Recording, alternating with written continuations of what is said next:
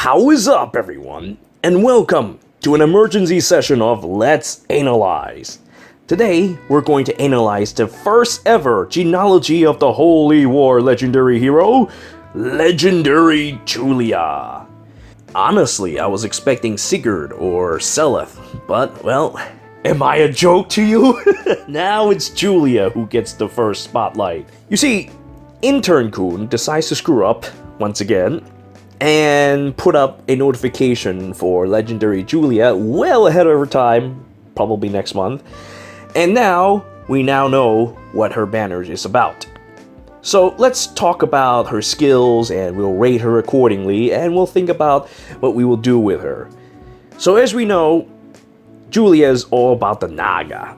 And now she gets a Virtuous Naga which gives her an extra 3 attack, and if her attack is greater than the enemy's attack, she gets attack and res plus 6.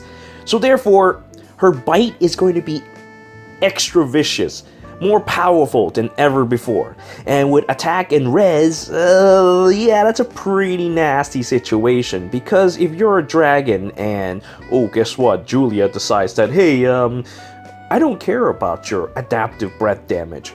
Well, all of a sudden, Julia and her ridiculously high res is going to tank the dragons and kill them appropriately. You can't do anything about that. But otherwise though, Virtuous Naga is a pretty straightforward weapon. Kills dragons and kills dragons dead. Now, let's see. Dragon Feng, of course, because everybody knows that Magic Wife Julia has the sharpest teeth in the world.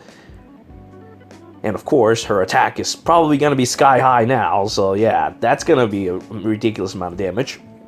Mirror Impact. So Mirror Impact, just like our wonderful Sturdy Impact, well, gives you the ability to not get a follow-up attack, which would be good for Julia, especially because Julia is not exactly a super fast hero. And with this plus 6 and res 10, dragons, even if they can counterattack, they won't be able to do anything. They will do nothing. They will die. And Mirror Impact still allows Julia to safely attack any target, because Julia is, despite the fact that her defense isn't like great or anything, still kind of sturdy. As long as she doesn't get doubled, she should be able to handle things. Well, at least I'm basing off the regular Julia. I mean, I'm still using regular Julia. She's amazing. And now we have a legendary version. Oh yeah, she's also a blue infantry tome, so keep that in mind. She cannot destroy the Reinhardt. Well, with that res, probably can still destroy the Reinhardt just as handily, but she's a different color now, so keep that in mind. Keep that in mind, because Sothis, who we just got, is going to get completely eradicated by Legendary Julia. Now with this reveal, now it makes me second guess about, do I really want to have Sothis? Yeah, I probably still do. Because Julia is going to destroy her. Absolutely, positively destroy her. Now, her B skill is the Light and Dark. Inflicts attack speed, def, res minus 2, and neutralizes. Nowhere I've heard this before. Oh, I see. It's the ultimate lull skill. Now, on top of this, it also has the effect of negating, adaptive breath damage. How wonderful! Now, if with any luck, think of this really as like 2 to all stats to Julia, and on top of this, neutralizing bonuses is disgusting. There is nothing you can do if all your stats are neutralized. Julia is incredibly powerful. I might just not even summon on this Mythic Hero banner anymore, because this is scary. This is really scary. You neutralize all stats. It's on a B slot, yes, but it neutralizes all stats, and Mirror Impact allows you to not get doubled. This is very, very scary. This is really disgusting. I don't even know what I'm going to do, because you can, if with sufficient speed, she might even be able to just not even have to worry about the foe cannot make a counter-up attack, and just use it to negate stuff like Vengeful Fighter or something like that, and still be able to hit him twice. That's disgusting. That's really, really disgusting. That's deplorable. That is absolutely insane. Light and Dark is a very powerful B skill. In fact, If we were to rate it out of 10, I'd rate it out of 11. It is very powerful. Neutralizing all stats, lowering all stats and then neutralizing all the bonuses is scary. The only thing you can't do is neutralizing in-combat bonuses, which there still hasn't been any counters for yet. Well, I guess inflict attack does help a little bit, but it doesn't neutralize in-combat bonus. So it helps a bit, but you can only really think of it as 2 to all stats. Now, attack res oath, I have to say, is you stand next to someone and you get to give yourself attack res plus 5. That's okay. It's your standard stats buff. Though other people can carry it. You could probably go with some other more offensive C-slot options, such as, times pulse off of Sothis. That would be really disgusting. Of course, unfortunately, that times pulse can't work together with special spiral or the likes of Wrath, because light and dark takes up the B slot, but don't be mistaken, the B slot is so powerful you don't want to replace them for that anyway. It pretty much defines Legendary Julia. Now, other C slot option, I suppose we could always go with good old wonderful Savage Blow or some other smoke attack to weaken the enemy. Or if you like, a ploy skill. I'm sure they're going to release more even disgusting C-slot options for her. But attack res ult isn't bad by nature, but it's a visible buff, and you probably have stronger options for Legendary Julia in the near future. So, that being said, how would I rate Legendary Julia? I say she's a pretty strong, 8 or 9 hero. She's not omnipotent, but she is damn strong. Damn strong. Now, Mirror Impact, I could make an argument to replace it with something like Close Counter, so she could fight the dragons a little bit better if they were to initiate on her. She would rip them to shreds. Now, but replacing Mirror Impact with Close Counter does limit the ability of you hitting faster targets without getting murdered. So it's a tough choice. But I think Close Counter might be a little bit better, so you can really, really bring the hurt to the dragons. There's so many dragons in this game nowadays. In fact, I wouldn't even be surprised if this game could now be called Dragon Emblem Heroes, because there's so many dragons nowadays. Every character that's been introduced has been like high BST dragons that ruins everyone's day. So Legendary Julia's presence is very much welcome. I don't even know what to say. I can't wait for her, but there's also a really good banner right now that's going on, which makes me kind of iffy as to whether I should summon or not. So why don't we take a look at the rest of this banner and see? Well, to accompany Legendary Julia is more dragons. More dragons. Okay, so we have Homeless Tiki. Homeless Tiki, as we know, is pretty damn powerful with her wonderful distant counter breath, but compared to Sothis anti-dragon, much weaker. Julia will have a field day with her. I joke about Sothis getting killed, but she doesn't have the dragon effect in this. The only thing she does have to worry about is the color. Still. There's nothing Sothis could do against her with that resistance. No way in hell. Now, then we have Naga, and you know what I think about Naga? Naga is just, hey, I'm Naga. I help you get extra points. Oh, wonderful. I help you get extra points. That's really all I could think of when it comes to Naga, to be honest with you. Oh yeah, sure, you can now turn your whole team into dragon killers, but it's kind of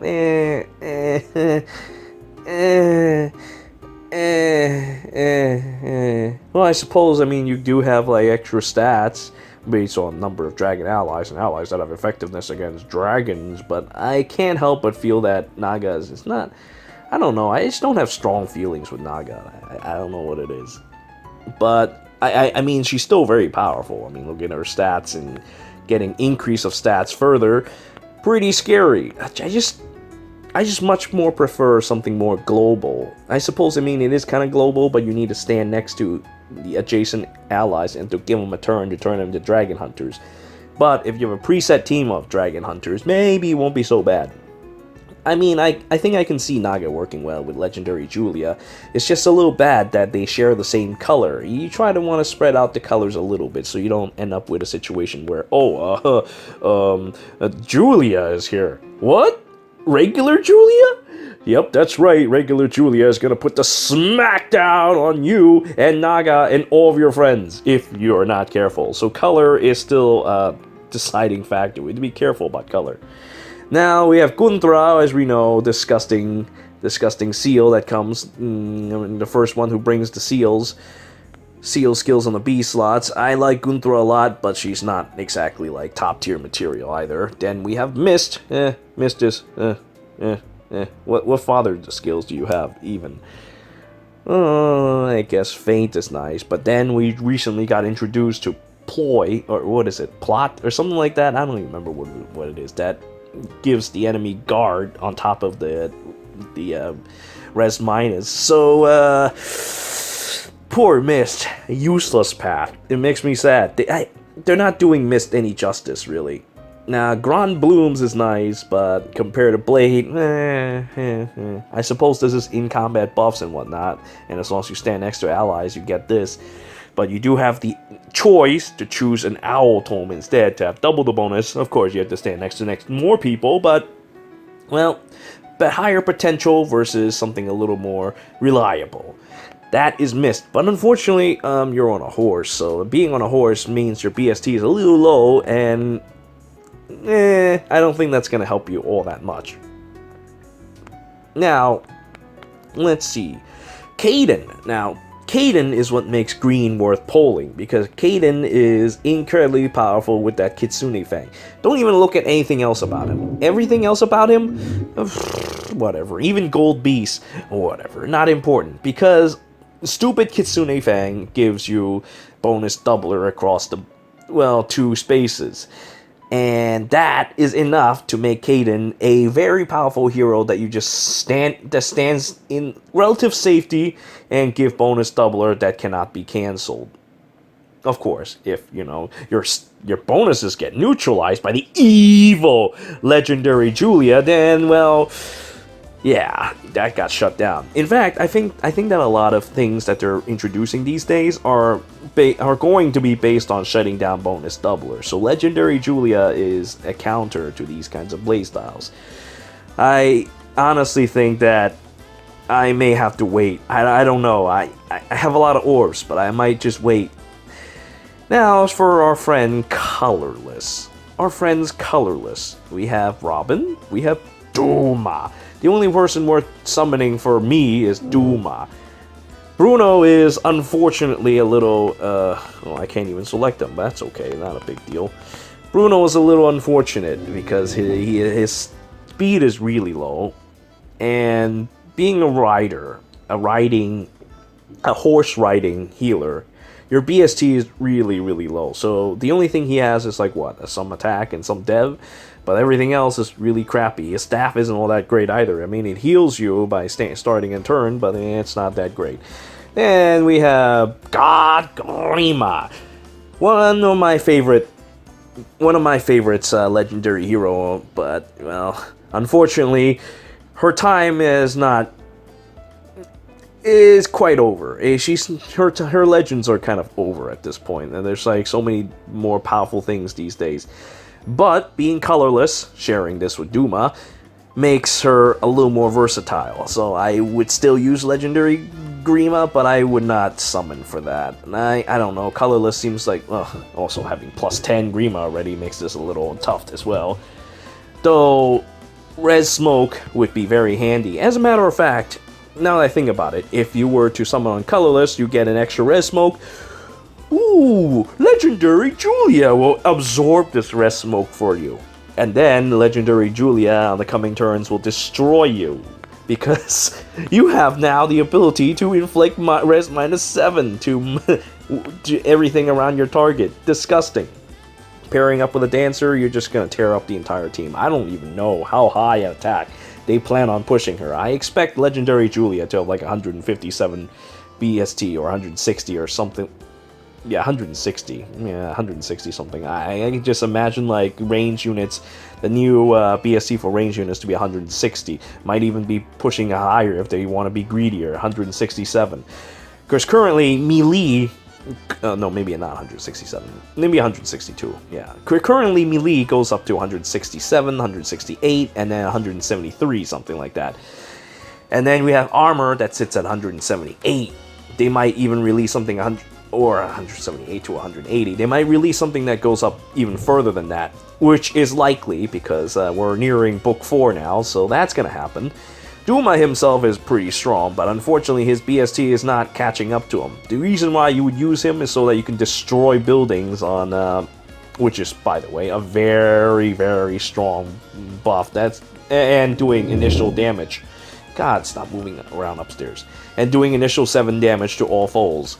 That is the most important thing about Duma. Upheaval is the most disgusting skill I have ever seen in this game. I absolutely love this skill. And working together, Kranya, she will destroy entire teams as long as they have taken some damage. So, Upheaval, I absolutely love them. If I'm going to get summoned, I am going to try to get Duma. Duma affects the map, and that is the important thing of a mythic or legendary hero. Now, I say all these things, but yeah, Legendary Julia, definitely something that I'm going to have to consider summoning. Now, I don't see any of the red because for some reason Intern-Kun decides to screw up so badly that he screws up within a screw up. So we have to use back to see who the red heroes are. Let's see who they are. We have Super Magic Ike, we have Racist Roy. Of course, with all these dragons we have to have Racist Roy. It wouldn't be fit otherwise. And who's the other red? Let's see. Oh, it's that evil Croissant Elise. I don't remember what Croissant Elise gives, but I remember that I didn't really care much for her. So, I suppose if you summon on red, you're probably trying to get bonus doubler. But unfortunately, Legendary Ike's time is kind of over, like Grima. This is the problem between books. Book 2, Book 3, differences are a little appalling. But there is a way to fix Book 2 or Generation 2 heroes, and that is with those flowers. Of course, their skills aren't as broken, but at least their stats are more salvageable. Whereas Generation 1, even with like 10 of those flowers, you're not going to catch up. They're finished. They're finished. Alright, so now that we talked about this wonderful banner, oh, by the way, you can find information on this if you were to go to page 3 of the notification. Let me show you how to do it.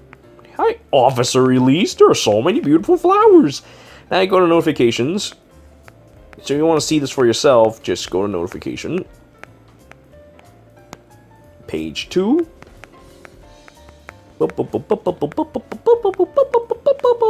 Page 3. Oh,